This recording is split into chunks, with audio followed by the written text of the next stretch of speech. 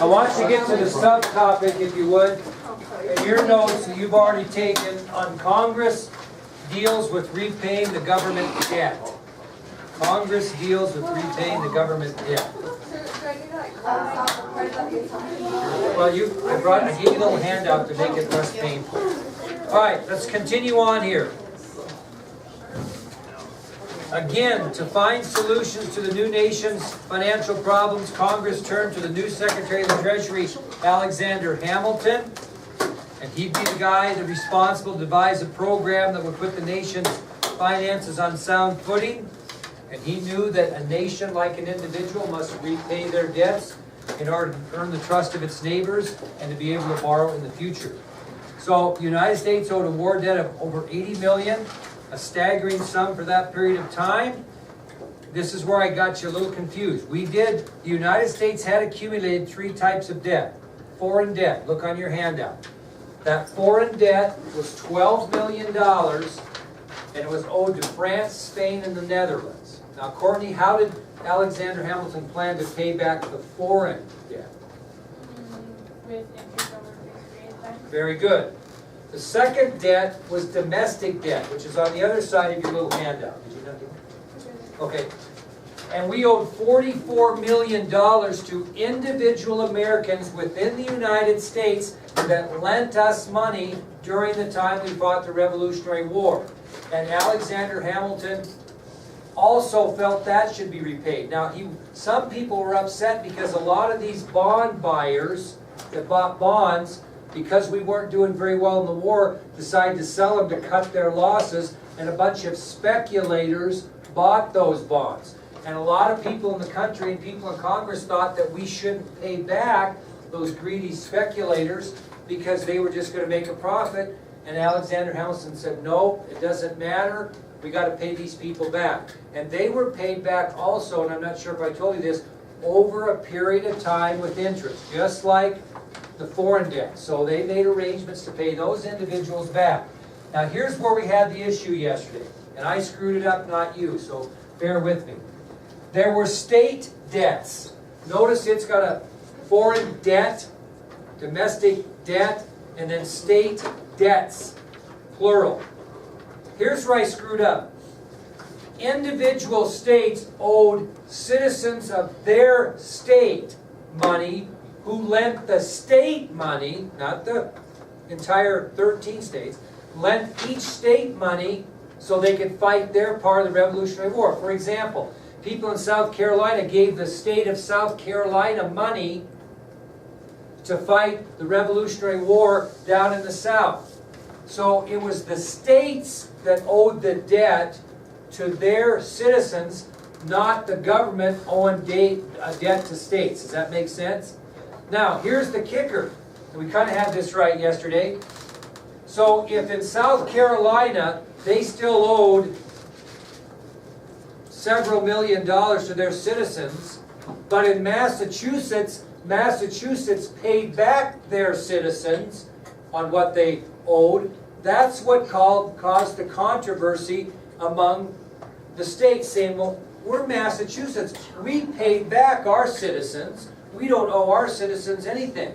But yet you're going to make us as a federal government be one of 13 states responsible to pay back South Carolina's $7 million that they still owe their citizens. Does that make sense? So, and back to Buck, it didn't really make any difference in North or South. Finally, this just got so controversial that Thomas Jefferson said, okay, let's compromise here. Us Southerners, let's go ahead and assume this debt for everybody. That didn't mean that Thomas Jefferson's state still owed money. But in exchange for that, let's be agreeable and let's move the capital to a neutral area in the District of Columbia. So it didn't really have any north or south. I looked that up yesterday. They say that maybe the northern states have a little less debt overall than the southern states on this deal, but it really wasn't that much to matter. So does that kind of clear that up? So you had foreign debt that we owed France, Spain, the Netherlands, $12 million. We were going to pay that over a period of time with interest. We had $44 million that the United States of America, all 13 states, owed individuals who lent money to the United States to fight the war effort. Then we had individual state debts in which South Carolina borrowed money from their own citizens to fight the war in South Carolina, for example, that had to be paid back. And that's where Alexander Hamilton said, we'll just assume all those state debts as well. And states that had paid back their citizens said, hey, I don't want to do that. Why should I be responsible to pay back the debt of Virginia when I've already paid my people back? That was the deal. And because they couldn't get it straightened around, that became known as the Assumption Bill, was the compromise to pay the state debts off by the federal government and move the capital to Washington, D.C. Now, I feel much better about that than I did yesterday. I hope does that make sense to you and you understand it?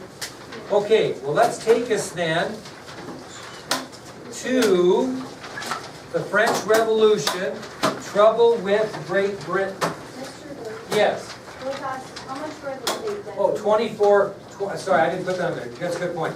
24 million were the state debts. 24 million. I didn't get that on the sheet. 24 million. Okay, so we'll move on to the French Revolution, trouble with Great Britain.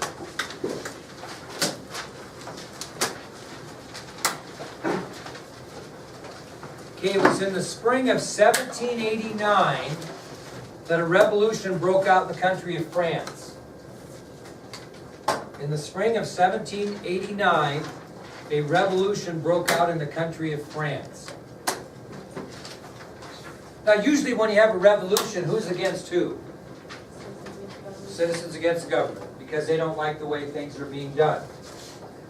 Now, this is kind of interesting because who runs France? What type of people? Upper classes, nobility, richer people. So during this uprising, it became a horrible bloodbath. Revolutionists, which were the common people, mobbed and beheaded thousands of people, mainly people in the upper class and nobility. Okay, so this was not a friendly revolution. This was beheadings, bloodbath, etc. Very violent. And among those people that were beheaded were King Louis. I gotta get my the 16th.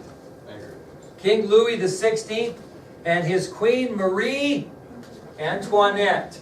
Okay, they were among those beheaded by the revolution. So among those beheaded in the upper class and nobility were King Louis the 16th, or King Louis the 16th, and his Queen Marie Antoinette. Well, because of this revolution, a new government was established in France in 1793. They had the revolution, and in 1793, France established a new government.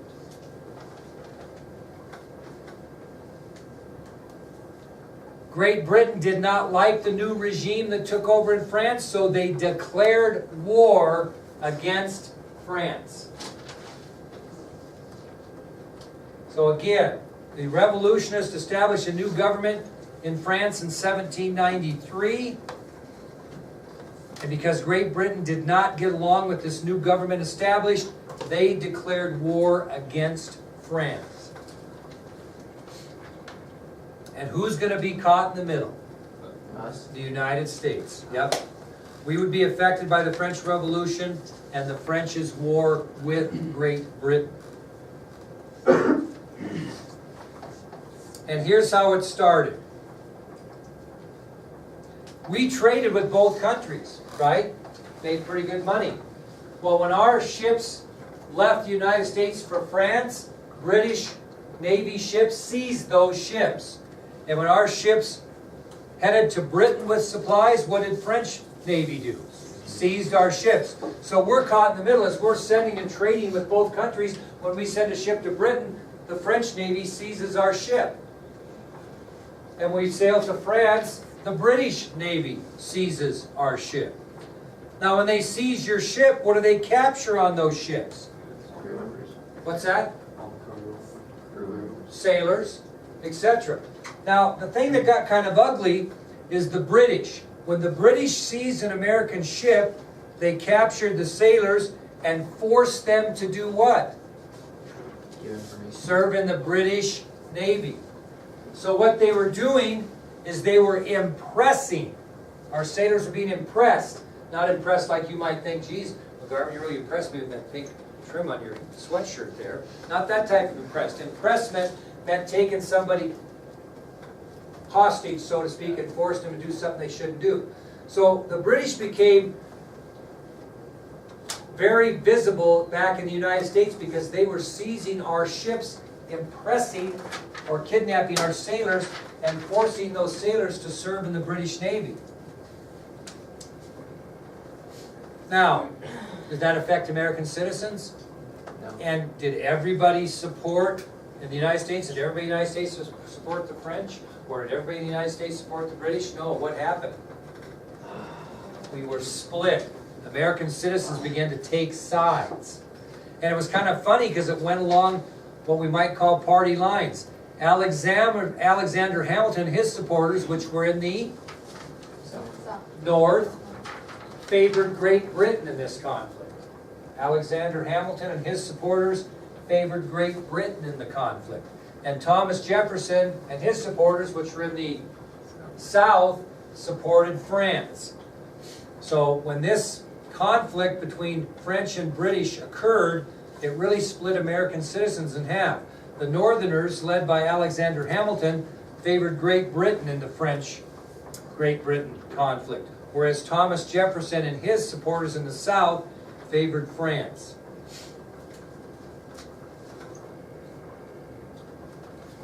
I want you to think back. Do we have any, right now, if you think about it, do we have any treaties, United States at this time, to support either side? Who are we going to support there, Taylor? Why? When did we do that? Well, after the Revolutionary War, right? And what did we promise to defend? Them. No, but some of their possessions, where? The West. French West Indies. This treaty we're talking about actually wasn't after the Revolutionary War, it was in 1778 to keep us out of war. Remember we avoided war with France? Well, we signed that treaty and we said we would defend the French West Indies. Well, because of that treaty that we kind of probably forgot about at this time, really we're bound to support France in this effort because we have a treaty with them. We don't have a treaty with Great Britain concerning that. Yep. So if the North was against Great Britain during the Revolutionary War, how interesting. come we're siding with them? And isn't that kind of interesting when you think about it? Because you think maybe the South would be more for Great Britain. I'm not sure what the thought process was behind that, although you got to remember that what country came and helped us get out of this? And was France. It's a real good question, and it's going to lead us to craziness that I'm kind of giving away, but it's going to lead us to the formation of political parties, and this all kind of started right here. That's how it was. Okay? Now, what would happen if the United States followed their treaty with France and supported the French West Indies? What was going to happen to the United States in this case? We're going to go to war with who? That's right. So, if the United States aided France like they should, it would soon find itself in a war with Great Britain. What's our big problem right now? We talked about after the Revolutionary War. Yeah. We were very vulnerable, weren't we? Because our military forces were not up to par. So there is no way in the world we could survive a conflict with Great Britain. Geez, we just fought forever to be independent of them. Do you think we want to get in a war with them again when we're the most weak or the weakest and have a chance of them, taking us over again? We got to avoid war at all costs here. So this is a very grave situation for the United States and President Washington. We want nothing to do with war. Well, the French aren't going to take no for an answer. So in April of 1793, France sent their foreign minister, Edmond Genet, to the United States. Genet. In April of 1793, France sent their foreign minister, Edmond Genet, to the United States. What do you think Edmond Genet is coming to the United States for there, Bailey? Why is he coming to the United States in April of 1793? What's he going to do? Well, he's not going to try to persuade us anything. He's going to do what? First of all, he's going to remind President Washington of the Treaty of 1778, isn't he? Did you say that? Yeah, he's going to refresh his memory, right? he's gonna refresh his memory about, no, wait a minute, Mr. President, according to the Treaty of 1778, you're to defend the French West Indies. Who was He was a foreign minister, French foreign minister. He's the guy that travels abroad and talks for the king. What year was that? April, the peace treaty was 1778. Now, what else Genet is going to demand from Washington is that the United States open their seaports to French naval vessels. Okay, he's going to demand, hey, you said that you would defend the French West Indies. We want you to open up your seaports so our French naval vessels can enter your waters.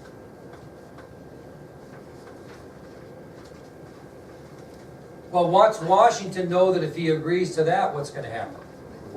He's going to be at war with Great Britain.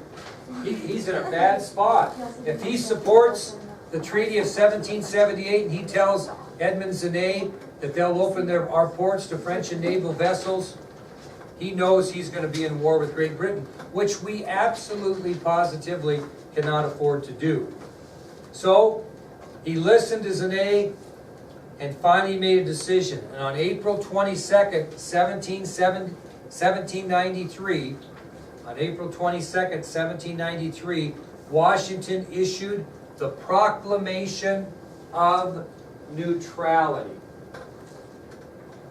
So on April 22nd, 1793, President Washington issued the Proclamation of Neutrality. It might have been one of our first ever executive orders. You know what an executive order is?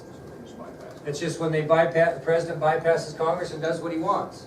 Okay, Barack Obama's thinking about an executive order now to put new gun legislation, which we kind of talked about, right?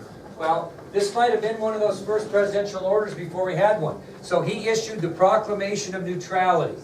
Now here's what it did. Listen to this.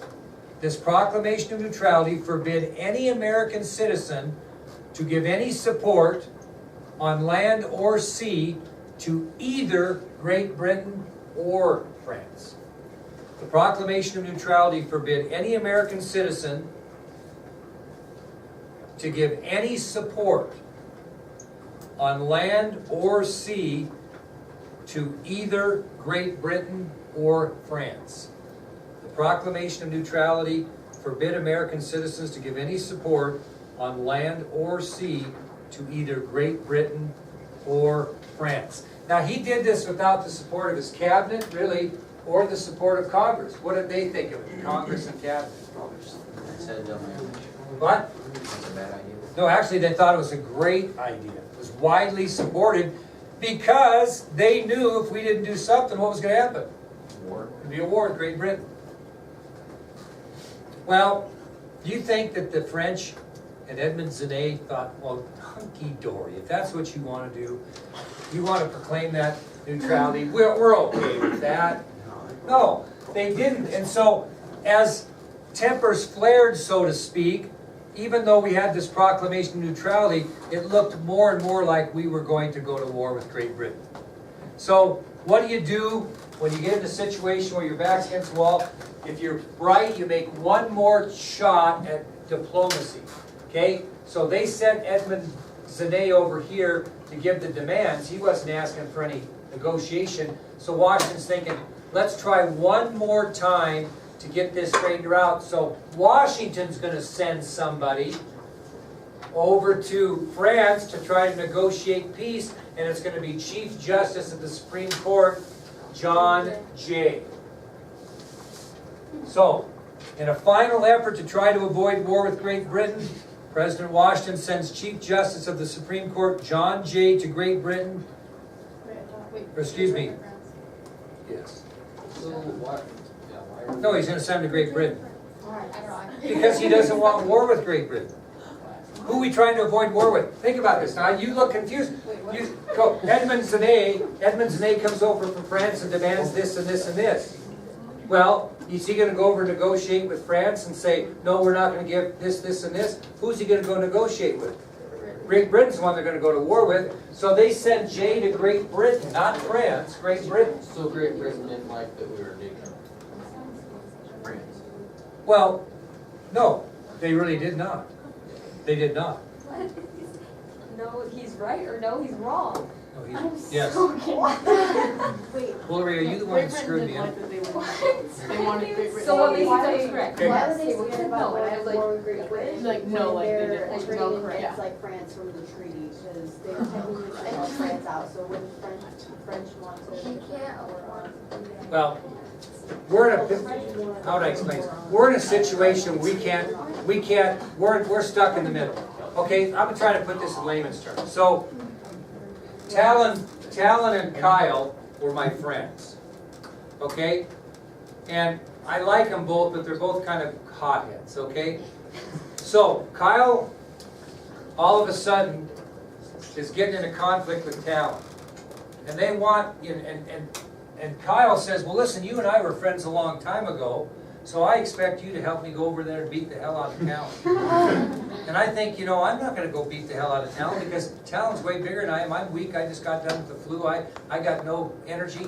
He's gonna beat the hell out of me. If he beats the hell out of me, he's gonna give me every single thing he has, and then I'm gonna lose everything. Everything I worked hard in my life for. He's gonna own my car, he's gonna own my house, he's gonna own everything, okay? Because he's gonna come over to me. So Kyle sends his buddy Rogers over and says, you said you and I were friends, so you said you'd defend me in any case, and I know if I defend these two, I'm in war with him, and I'm a hell of a lot more scared of him than I am these two, okay? Because he's way tougher. He's way tougher than these two guys right here, okay?